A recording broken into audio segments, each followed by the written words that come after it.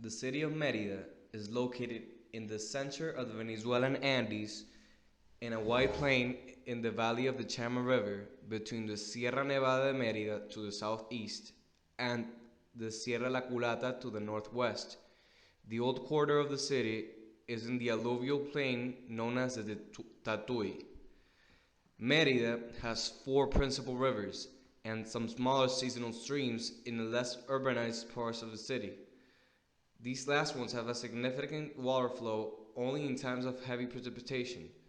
The most important river is the River of the Chama, followed by the Albarregas, which cross the plain and divide into 2 points, the Banda Occidental, west bank, and the Banda Oriental, east bank. These two rivers run from one end to the city of the other. The other two principal rivers are the Mucujun and the Mila, which flow into the Chama and the Albergas. In the lower part of the city is found the La Rosa Lake, one of some 200 lakes in the Mérida state. The vegetation in the interior of the city consists of medium to tall trees and ferns, located mainly near the basin of the Albarregas River. Now the climate. Mérida has a tropical monsoon climate. The precipitation is heavy during the rainy season, from April to November, though the city does receive some more sunshine than most cities in the Colombian Andes, since the valley is too narrow for fog to accumulate. Venezuela is situated in an intertropical zone, so that there is very little temperature variance over the course of the year. The same is true in Mérida. The temperatures recorded in August are normally comparable to those measured under comparable conditions in broad daylight in January. Now the demography. Well, despite being one of the largest cities in Venezuelan Andes, Mérida has traditionally been less populated in comparison to other more rapidly growing cities in the country. According to the last census performed in 2001, Mérida's population was of 204,879 inhabitants. This value does not include the population omitted by the survey, which was estimated to be about 6% nationwide.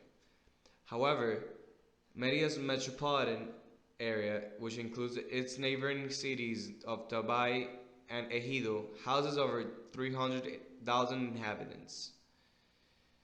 There is a large community of foreigners, according to which we can include Italians, Portuguese, and Colombians. According to the 1990 census, a little over 4% of the population, some around 7,406 inhabitants, are of foreign origin, but the rest of the population are considered to be an homogeneous population. My name is Balenzano. In order to talk about the touristic potential of Mérida, it's necessary to take into account all the attractive characteristics of the state. The main attractive of Mérida are its natural beauties, such as peaks and lagoons, being the Pico Bolívar, the highest peak, measuring over 4,978 meters over the sea level. There's also the Mecubají Lagoon, which is located in the National Park Sierra Nevada, and it is over 10,000 years old.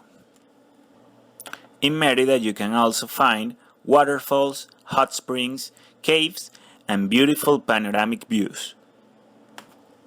In Mérida you can also find cultural attractions such as the Cathedral of Mérida, built in 1803, and also the Museum of Colonial Art, built in 1680.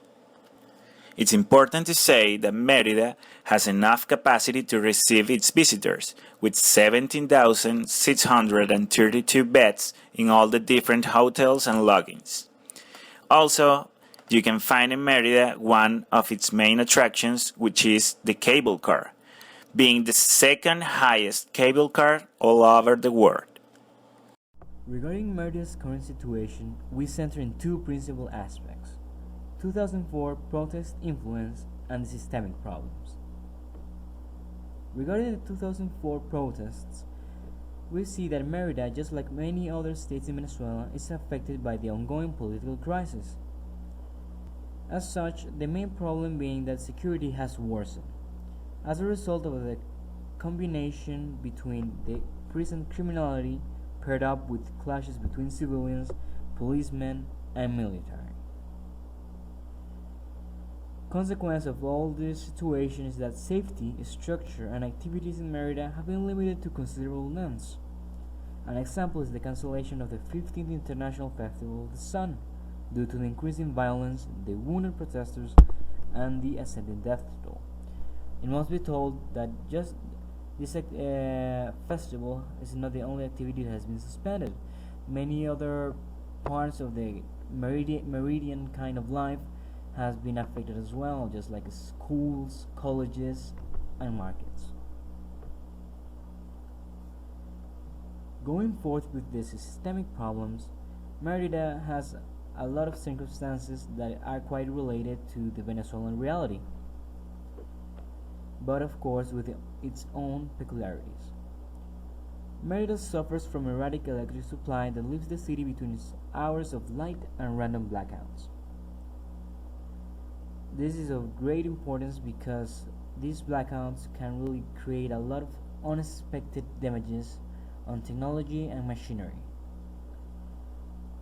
On another theme, the Mérida cable car has been suspended since 2008 because it has been rebuilt, but its reopening has been suspended over and over again due to certain circumstances or what at times may be seen as excuses. Other problems are the following: protests due to problems in the state from sectors like agriculture to public transport. These protests, of course, don't have a political nature as such. They have more of a social characteristic tending to the improvement of the lives of certain sectors of society. Markets have reduced their inventory due to problems with the supply, this being a consequence of the overall crash in the Venezuelan economy. There is an ongoing crisis on the distribution of gas in Mérida, quite dangerous and quite problematic regarding cooking, kitchen, and everything that it needs gas to operate. Regarding potabilizers, realize that these systems are the ones in charge of purifying water, of making drinkable water. Recent investigations realized that the water in Mérida has been contaminated by gas oil, being really hazardous and dangerous both for the host community and the tourists. In a last point, we realized there have been a lot of damages to natural places in Mérida that can be exploited for touristic purposes. One great example is the Metropolitan Park that has been invaded by groups of people that have started to make home-shift homes in these beautiful natural places, and the government have not been able to do anything about it. National Park Sierra Nevada, located between Mérida and Barinas, states in the west of Venezuela. It was created in 1952 in order to protect the Sierra Nevada of Mérida in the Andes. It's an area of great ecological importance for preservation of the ecosystem of the tallest in the country, where mountain ranges are located at higher altitudes of the Venezuelan Andes, including the Pico Bolívar with 4,978 meters. Its total area is 276,446 hectares, 62 belonging to Mérida and 32% of the hectares to Barinas. The most popular access to the park is via the Mérida cable car. The Venezuela of Antier, the only theme park in Mérida owned by the private sector. Its theme being Venezuela in 1920s, when it was governed by dictator Juan Vicente Gómez. The creator's idea was to show how everything was back then: architecture, gastronomy, customs, music, cultural dances. The Aleros, the only village museum of Venezuela. Opened in 1984 with the vision of creating a village that resembled the lifestyle of the Andinos in the 1930s, owned by the private sector. Chorros of Milazú, managed by Comertur. Establishment created in 1953 which maintains more than 160 animals, 2,000 types of plants, and a beautiful cascade. Laguna of Mucubají, National Park, which main attraction being the Laguna of Mucubají. You can do a field trip by walking or on horse to enjoy the beautiful view. Due to the weather condition, most of the time it is fog and can't enjoy the views it has to offer. Another important aspect is that you can fish for truchas. This is the only state where you can find this species. Páramos Merideños, sightseeing route where you can appreciate beautiful landscapes side by side of the road. In this place, you can see the frailejón plant, which is unique and only found here in the whole world. Feria del Sol, or called Festival of the Sun, non-permanent attraction held during February or March in Mérida. An international cultural festival which includes bull competition, cultural expositions, concerts, parades, sports. Destination development is a continuous process of coordination and development of amenities, facilities, products, and services that support host communities to deliver quality experiences for visitors and enhance residents' well-being. Managing destination development is fundamental to successful implementation of tourism management, where destination managers and stakeholders put into action the priority strategies and plans developed during the destination planning process. The destination development process should be informed by the situation analysis and planning process phases and monitored against clear KPIs throughout the destination performance process. According to the GWU, the World Tourism Organization Council says that the current trend in destination management corresponds to the semi-public but autonomous tourism organizations, which involves the private sector with either regional or local authorities. The destination management framework, as explained by the GWU, describes this theory as based on the idea that all players within a tourism destination must work together in order to enhance destination competitiveness. There are three sustainable principles for this. First, biodiversity conservation. Second, poverty reduction. And thirdly, business viability. These three principles must be considered when destination development is being planned in order to improve destination competitiveness. In the specific case of Mérida, we planned some strategies that may correspond to the destination development definition we had before. As an already touristic destination, the city not only counts with what is attractive for people to visit, but also with the past of years, public and private sector has worked for offering visitors the conditions they need to have a good experience traveling to Mérida and have improved the essential services they need. Despite this, currently when we travel to Mérida, we can observe the deterioration of many of these commodities for travelers. Support networks for attraction are an element we consider important to enhance tourism. In spite of the plan that is already being executed to enhance this element, transportation is somehow difficult for visitors, not only because it's not easy to find it everywhere and you have to move to specific places to get either buses or metro buses, but are not easy to use in the way a person has never tried one, and either are transportation to every single touristic place in Mérida.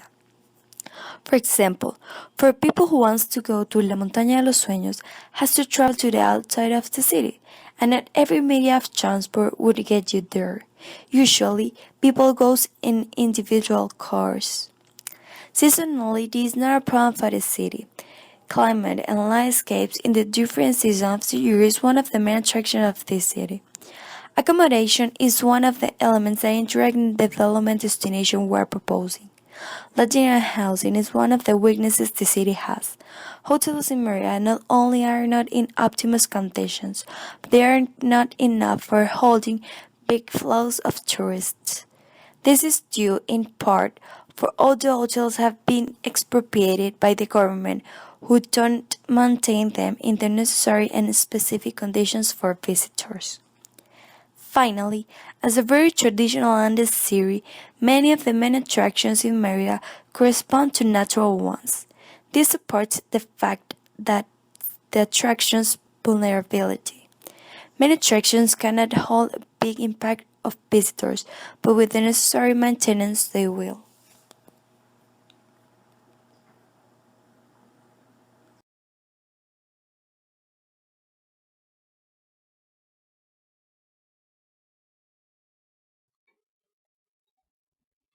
Okay, now we're going to talk about the course of action in order to make Mérida attractive to tourists. Okay, first we have to restore the peace because there are many protests, as we have mentioned before, happening in the place. So people cannot go and have a good time if there are protests and violence around. So the first step is to restore the peace to Mérida. The second step is to increase safety because even though when there are times where there are no protests in place, the the criminal rate is quite high. So there has to be an increase in safety so that tourists can feel safe. The third step would be to clean potabilizers. What does that mean? Well, as my friend said, these are machines made to supply Merida with clean water, and there's no clean water. So it is important to clean these potabilizers so that people can have something to drink. Now, the next thing is to supply supermarkets. Why? Because there is not enough supply of things that are of basic need. I mean, things like milk, like toilet paper, like oil. Those basic things are not in supply. I mean, there's not enough toilet paper to please to satisfy the necessities of everyone that lives there. And so, if there's not enough to supply those that live there, there's not enough to supply even more people coming in from outside. The next step would be to restore natural attractions. As my friend said before, there are many attractions that have come into decay, so they have to be restored so that they can be attractive again to tourists and they can be safe again. The next step would be to build more hotels and improve the ones already in business, because as you may most understand, tourists need to stay somewhere. So if there are many good hotels and the service is good, people will like to be there and to stay there. And finally, an investment in infrastructure is always important because our country's infrastructure is always so limited that there are always traffic jams around. So in order for tourists to actually enjoy their vacations, there has to be enough public ways so that they don't have to spend so much time traveling from one place to another, and they can spend more time enjoying the place. And that's it for our presentation. I hope you liked it. You can always write to us through our email, and well, goodbye.